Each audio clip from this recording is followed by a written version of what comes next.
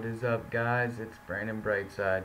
So, I'm here for another post-fight podcast, breaking down Maia and Condit, what happened for you guys. We're also just going to talk about what happened last weekend, even 202. I know I already did talk about it in one of my videos. We're going to talk about something a little bit different, just because it's weird that I find, it's weird because I find people finding this still relevant, and we're just going to talk about something. So right away, let's just break down what happened last night. I went 2 for 2. I broke down, well, I didn't break down. I gave you guys 4 predictions and semi-breakdowns, because I'm not going to do full breakdowns on fight nights. But so I predicted for the 4 fights on the main card. I went 2 for 2. Yeah, not disappointed in any of them. But let's start at the bottom. We'll go all the way up. We had the Fight Pass cards. We had Jeremy Kennedy and Alessandro. Yeah. Oh, let me get that out of the way. Alessandro Ricky. Sorry, I don't know how to pronounce his last name. I wasn't paying much attention either. Sorry about that, guys. But Jeremy Kennedy, unanimous decision, 30-27, 30-27, 29-28. So majority thought he swept that. Then we had the catchweight 159 Chad Laprise and Thibault Goutte. It was a TKO for Laprise, first round, 1 minute 36 seconds. Sorry. And then we went on to the prelim. So then we had the lightweight fight, Philippe Silva. Sorry guys, it's really early in the morning here.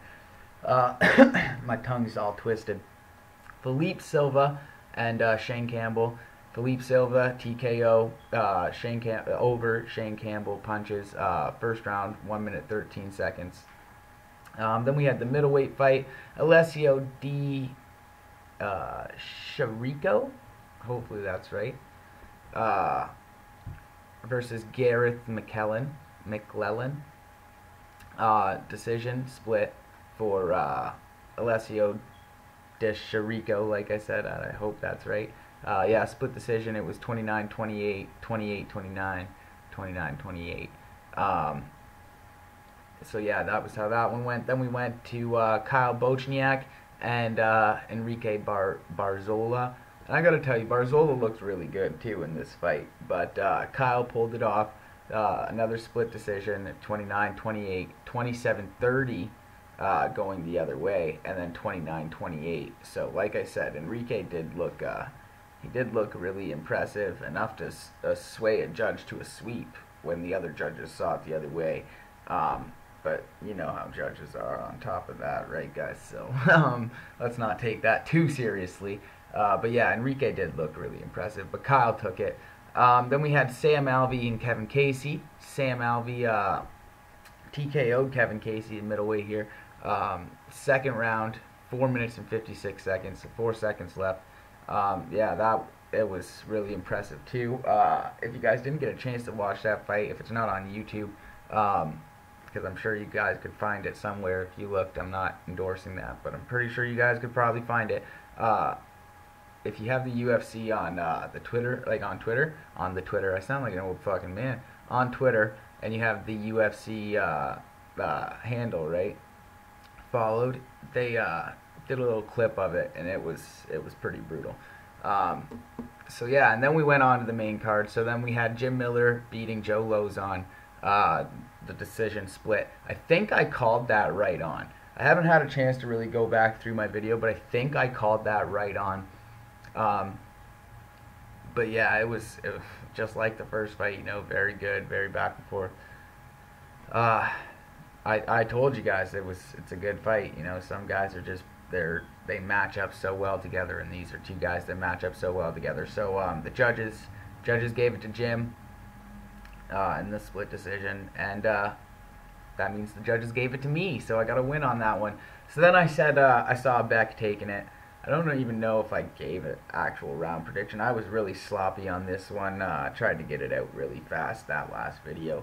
So I don't even know really what I said, but I know I went with Beck. Just because of how tenacious she is. But I'm telling you, that switch kick that she did like the perfect kick that every little boy who ever saw a karate movie, you know what I mean? And then they saw that, faked the body and then roundhouse kick to the head, you know what I mean? That was what got every little boy into, I want to do karate, you know what I mean? And she pulled it off perfectly. Like, it was just bang the body, switch kick to the head. It was so fucking perfect. It was amazing. It was amazing. I got to give it to Paige.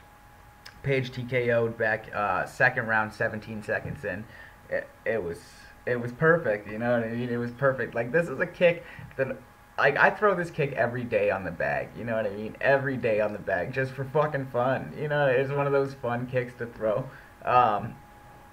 But she threw it perfectly, and she had been leaping in all night, which didn't look too good, but she was doing it okay. You know what I mean?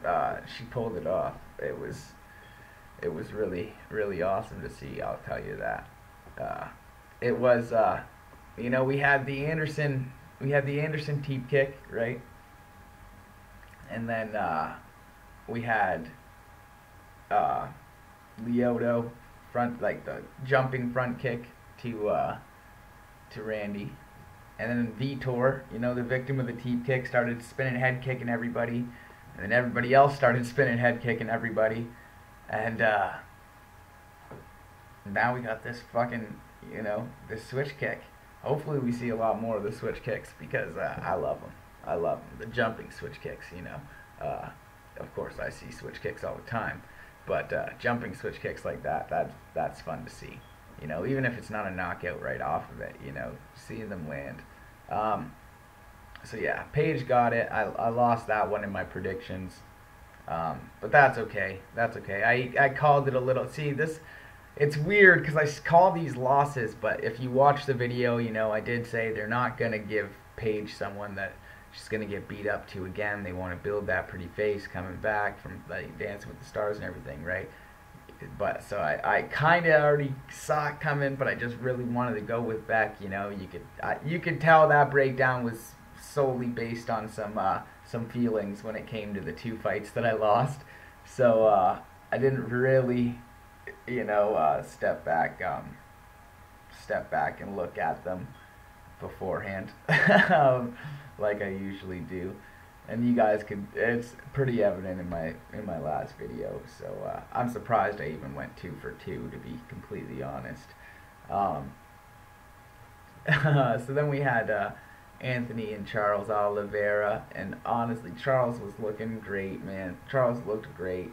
It was a 3rd round submission for Anthony. He got the guillotine, minute and 50 seconds, which is really impressive because for those of you who don't know, I'm pretty sure you guys wouldn't be on my channel if you didn't know this, but Charles is a fucking beast on the ground. Charles shot in for a takedown. He kind of got a little bit tired, but at the same time, that's where Charles wants it, really. Especially Anthony was kind of lighting him up. Charles had some good shots on the feet. Charles has improved amazingly. And I remember watching back his first fight. I think it was against Jim Miller. He lost with a heel hook or something like that. I'm not sure. Don't quote me on that. Like I said, early in the morning. But I remember watching him when he was coming in as that prospect, and it was like, damn, this guy's fucking ground game, And it was funny because he got submitted in that fight too. But at the same time, the guy's ground game's elite.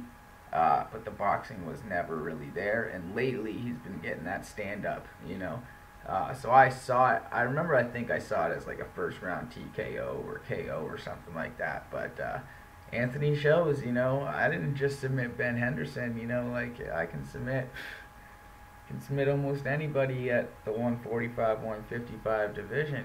He's showing that because Charles has got some legit ground game, and Jim Miller submitted him, so that just shows how legit Jim Miller's ground game is, and Anthony submitted him, so it shows how legit Anthony's is, so then I got that one right, and we went 2-1. We moved on to the welterweight nightmare fight, because they gave my nightmare, Damian Maia, the guy that I always find it hard to bet, but always somehow stupidly bet against him. they gave him one of my favorite fighters of all time. You know, just style-wise, the way he goes, the way he throws down, you know, in Carlos Condit. And I saw Carlos kind of picking up a split, taking it the distance, you know, boxing him out a bit. And Carlos started with that game plan, but Damian Maia's game plan overpowered him, you know. Carlos said it perfectly in the post-fight presser, you know. Damian fucked him up in the half guard, you know. He hit him. He got him down to the ground, you know. Carlos was doing good at trying to stand up.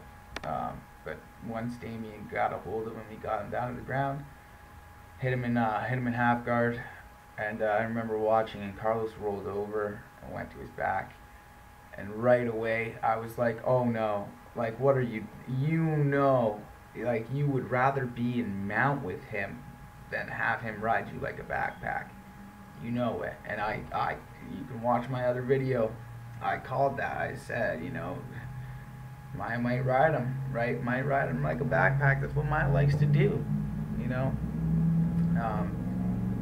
So I kind of called that, you know. So you can see moments of clarity in my breakdown, my emotion breakdown. Let's call it that. You can see the moments of clarity because I do call myself out even on some shit. But I still went with the gut anyways. And I think I even said that in that video. I'm going with my gut, you know.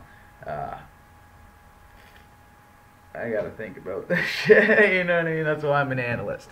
You know, it's okay to go with your gut sometimes, but I had to think about this shit, and I probably would have got them all.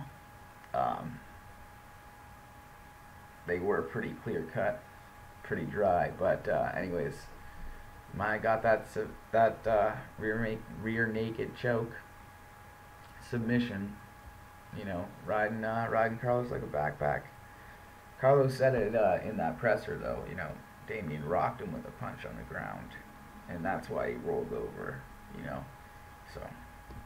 But I remember thinking like, no way, something's up, because Carlos knows I would rather have Damian in mount on me, you know, than on my back.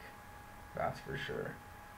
I might survive a little longer, maybe. But yeah, so that's how that went down, guys. That was what happened. I went 2 for 2. You know, I probably could have went 4 for 4, but you know, my gut had to be stupid. Had to be stupid about it. So then I want to give you guys a little update. I posted something on Twitter, and I had my mom was actually one of the people that even said, you know, that's not smart to say. That's not smart to say, especially as a journalist. And I just want to explain something to you guys. Yes, I am I am a journalist. Like, I do see myself as a journalist. I do see myself as an analyst. But first and foremost, I'm a personality. You know what I mean? Not a fake personality, but I'm myself. You know what I mean? I am a personality. I am a comedian. I like to joke around. I like to poke fun. You know what I mean? But not in a bully kind of way. You know, and I like to hype fights even more for myself. Okay? So, my mom was actually one of the people who saw it and was even like, I don't know if you wanted to say that. But then by the time I went to delete it, I guess the right or the wrong person had already seen it and already liked it, and now it's just too big for me to actually delete. So I saw Dominick Cruz had tweeted to somebody named @darmarty, think/learn about my home before you try to talk about broken homes, you fluke. You're clueless as the rest, and then little fist bump type thing. So I just kind of retweeted it and added my own little thing to it, and I said, so it's Dominick with daddy issues. Makes sense on why he's so competitive. And I added Cody, and I added Dom. And, you know, it sat there for a little bit, And I went to go and delete it. And just as I went to delete it, I looked at my notifications. And it said, Cody No Love has liked your tweet. So now I can't delete it because, I mean, fuck. Cody saw it directly. Cody liked it. You know what I mean? I can't just delete a piece of my personality that someone likes. You know what I mean? I just can't do it. To me, that's just too big. It's a guy with 53.8 thousand followers. Almost 54,000 followers. You know what I mean? And he's only following 1,618. Sorry guys, I don't have my glasses. 1,618. Those are the people he's following, you know? And he saw my tweet and he was like, yep, like that. Probably because he follows Dom and he saw it on Dom. But still, you know what I mean? To me, that's a big thing.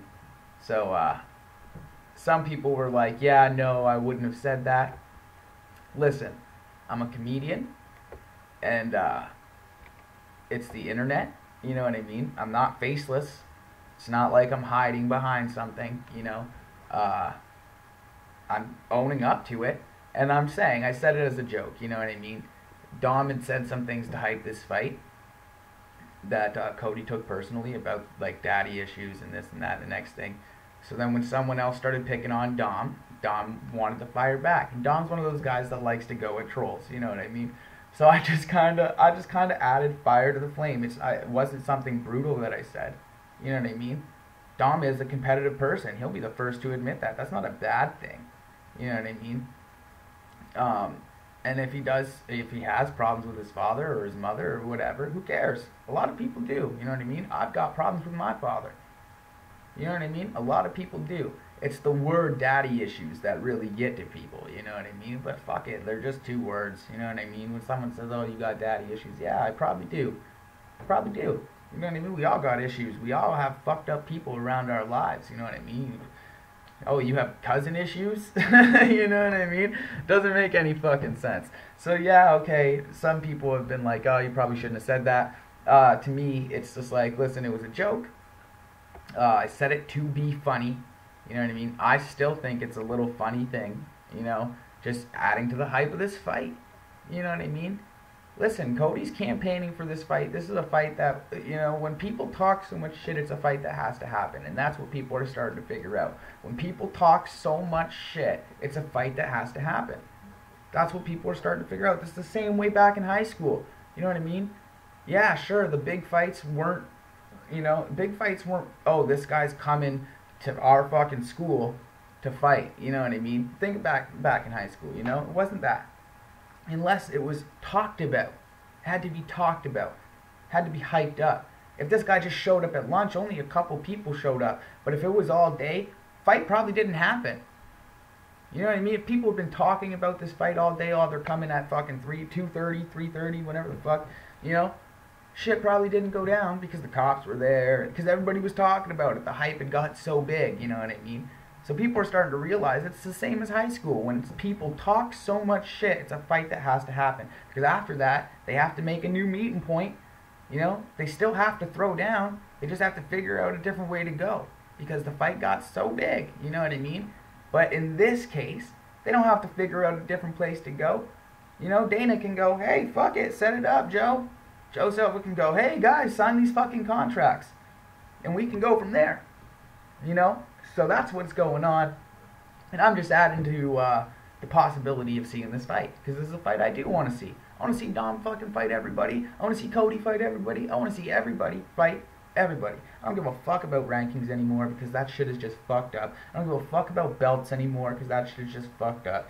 Really, like, you know, I don't care about any statistics really anymore until it comes down to breaking down a fight. When it comes to setting that fight up, I don't give a fuck about statistics.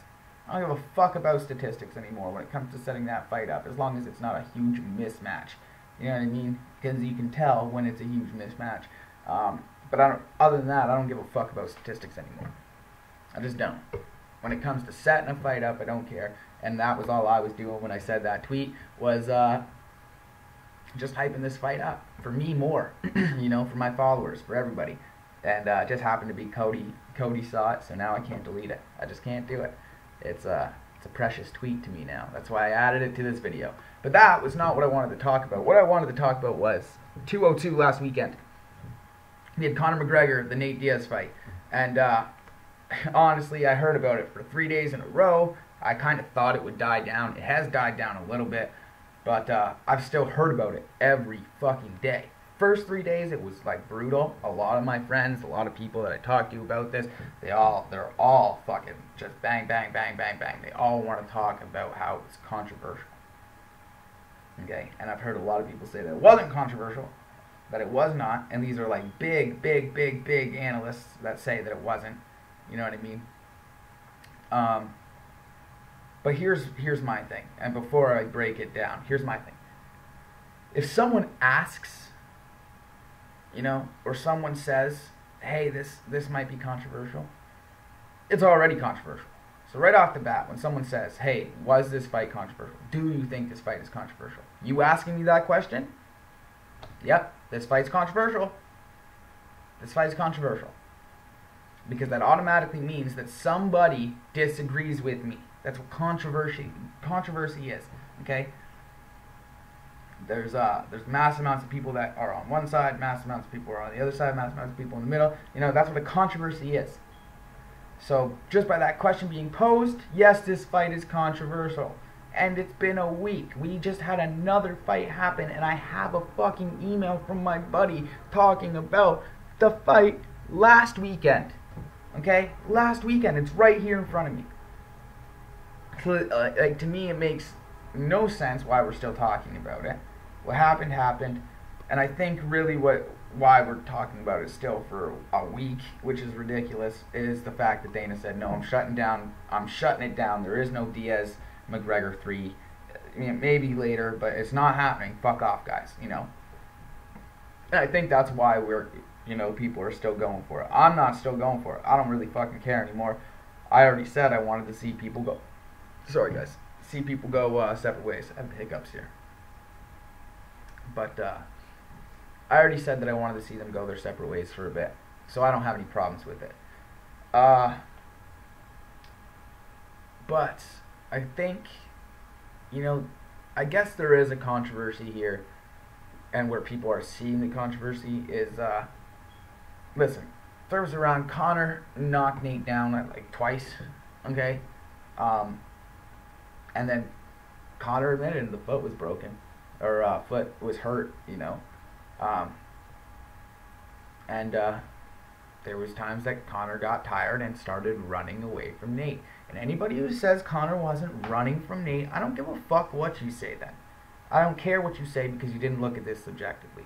Conor turned his back on multiple occasions and ran away from Nate's punches. Okay? And there is a rule in the unified rules saying turning your back to your opponent, you know, disengaging in the fight, not wanting to fight, is a point and can lead to a disqualification. Okay? That's a point and a disqualification. That's why Big John was fucking yelling at Nick when Nick turned his back to Anderson. You can't do that. You're not allowed. You're also not allowed to talk like they fucking do. But they let that one slide. Okay? You're not allowed to talk in the UFC. Inside that cage, you can't talk, you can't swear, none of that shit. But they let that one slide, okay? So you know there's leniency there. But on multiple occasions, Conor turned and ran in the round that he had dropped Nate.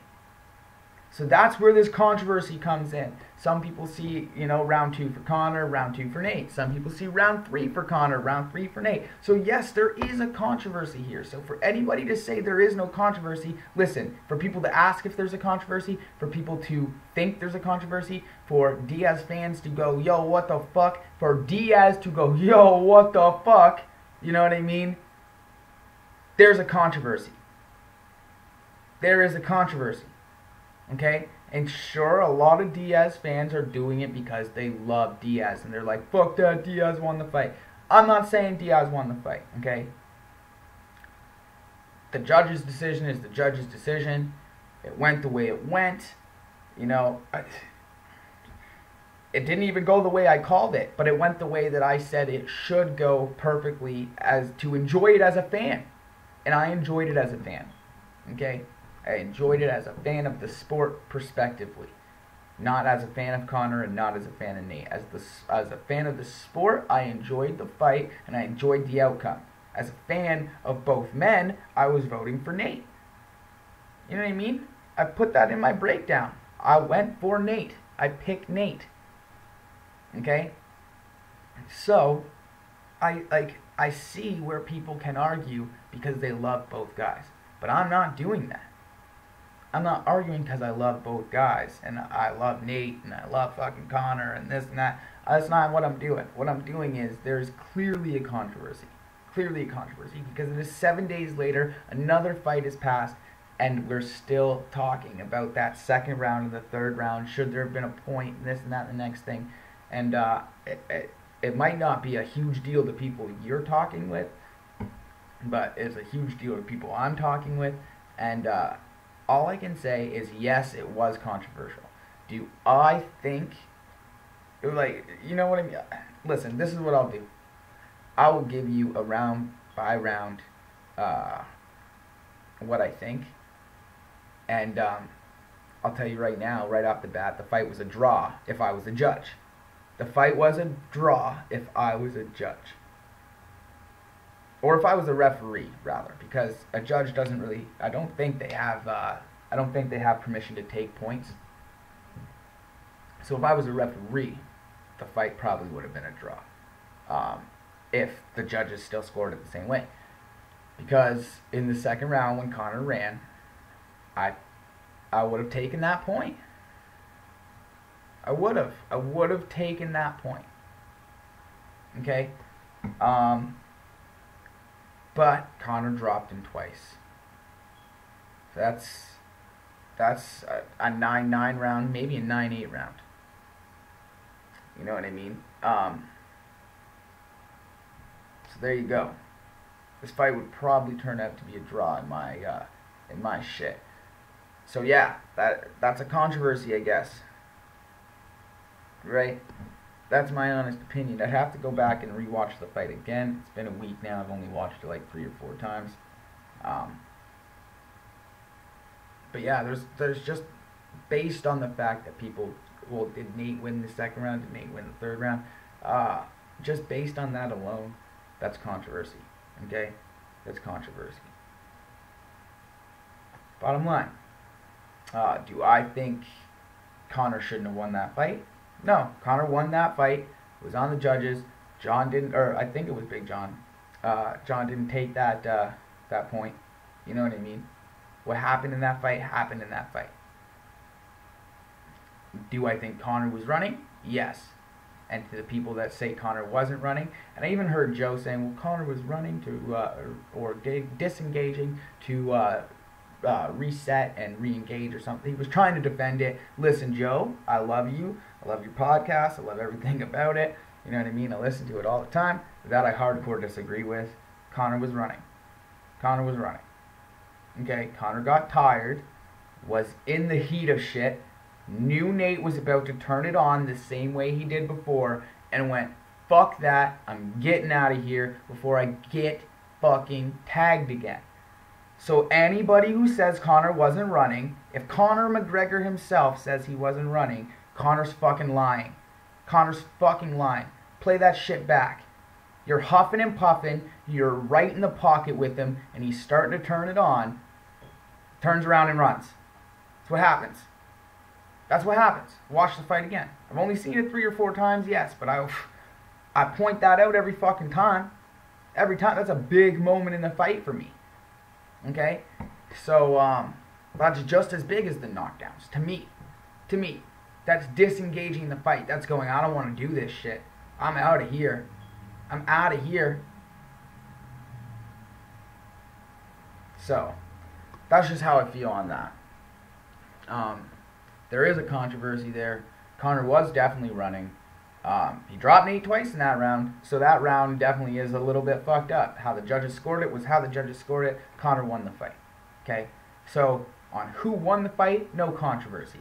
On how the fight was scored, how the fight was refereed within the times that Conor was running. You know what I mean? I don't want to go at anybody's refereeing, because the refereeing in that fight was not fucking shady at all. There's nothing wrong. Other than, they could have called the point. They didn't call the point, and I understand why. It's up to them. It's through their discretion. That's 100%, 100% understandable. Okay? So, to a fan, I can see where that is questionable, and just with the running thing. You know what I mean? And on how the judges scored the fight. But listen, the judges oftentimes, I truly believe they don't understand how to score the fight. And listen, a lot of fans don't understand how to score the fight either, even though they think they do, and might have a small understanding. But listen, these rules are very vague. You know what I mean? And that's why it's so hard for judges. Just so everybody knows about that. So sometimes you can't be hard on judges, even though I'm a little hard on judges sometimes. But that's because I understand how to actually score the fight. I understand that the rules are very vague. And so yeah, I get frustrated sometimes. That's just all that is. So yeah, I wanted to talk a little bit about that. Sorry about that, guys. Had a little bit of technical difficulties there. My webcam just shut down really randomly. So yeah, that was messed up. But even though it's the end of the video, I probably could have just left it at that, I still wanted to say thank you to all you guys. And yeah, that was just a little piece of what I wanted to talk to you guys about, what has been going on. So just a little backstory on what we went through in this video. Gave you guys the breakdown on what happened last night. My tweet with Cody and Dom. I told you guys about how I feel that just controversy, if there's two opposing sides, that's controversy right there. Almost everything's controversial. And then talk to you guys just like this. So that's what we went through in this video. I want to thank all you guys for the constant support, the likes, the views, the I think I got one dislike. But even then, I like that dislike, the comments, subs, everything. Just want to thank you guys very, very much. Thank you guys for getting it all the way through this video. It's a little bit shorter podcast, but it's a fight night one. So my fight night videos oftentimes probably will be a little bit shorter, except for the breakdowns, because I'll bunch them all together. So yeah, be looking forward to that Arlovsky-Barnett breakdown. Gotta be completely honest with you guys, not too hyped for this fight. It's just one of those fights where it's in the blah zone, but it's heavyweights. Heavyweights can always give you a good fight, and they're two guys that can always give you a good fight. It's one of those fights that, to me, it's not in that hype spot. We're kind of coming down off a really big high. We had the 200 and the 201 and then 202, and then, we have the Maia Condit. It's kind of like a little bit down there. And then you have Arlovsky-Barnett. It's just a little bit, you feel the drop, you know what I mean? That's what I think it is. It's not that it's not a good fight. I'm definitely going to watch it. I encourage you guys all to watch it, But it's just not one of those hype fights for me. But yeah, we'll be breaking that down. There's a couple fights on that card, though, that are really good. Alexander Gustafsson and Jan Blachowicz or something like that. I can't remember his name, but he's a motherfucker, too, from Poland. Let me just take a look at this card quick. Oh yeah, Ilir Latifi and Ryan Bader. So yeah, those three I might break down. Arlovsky and Barnett, Gus and Blachowicz. Yeah, oh, it is Blachowicz. Okay, I was pretty close. And Ryan Bader and Ilir Latifi. Yeah, that's some good fights. Light heavyweight, heavyweight. Break those three down. I might even break down Ruslan Khabilov and Leandro Silva. That's a good fight, man. It's probably going to be a bit underrated. So low on the card as it looks. That might be a bit underrated, but I might break that one down. that's gonna be probably a pretty good fight. So I might break that one down. So like I said, guys, thank you very much. Do your stuff down in the comments section, and the like, dislike bar, and you know, the sub bars, all that little shit down there. You know, get that stuff done. Get to typing. I'll message you back. Thank you, guys, and look forward for these fights. You know, have a good day. See you later.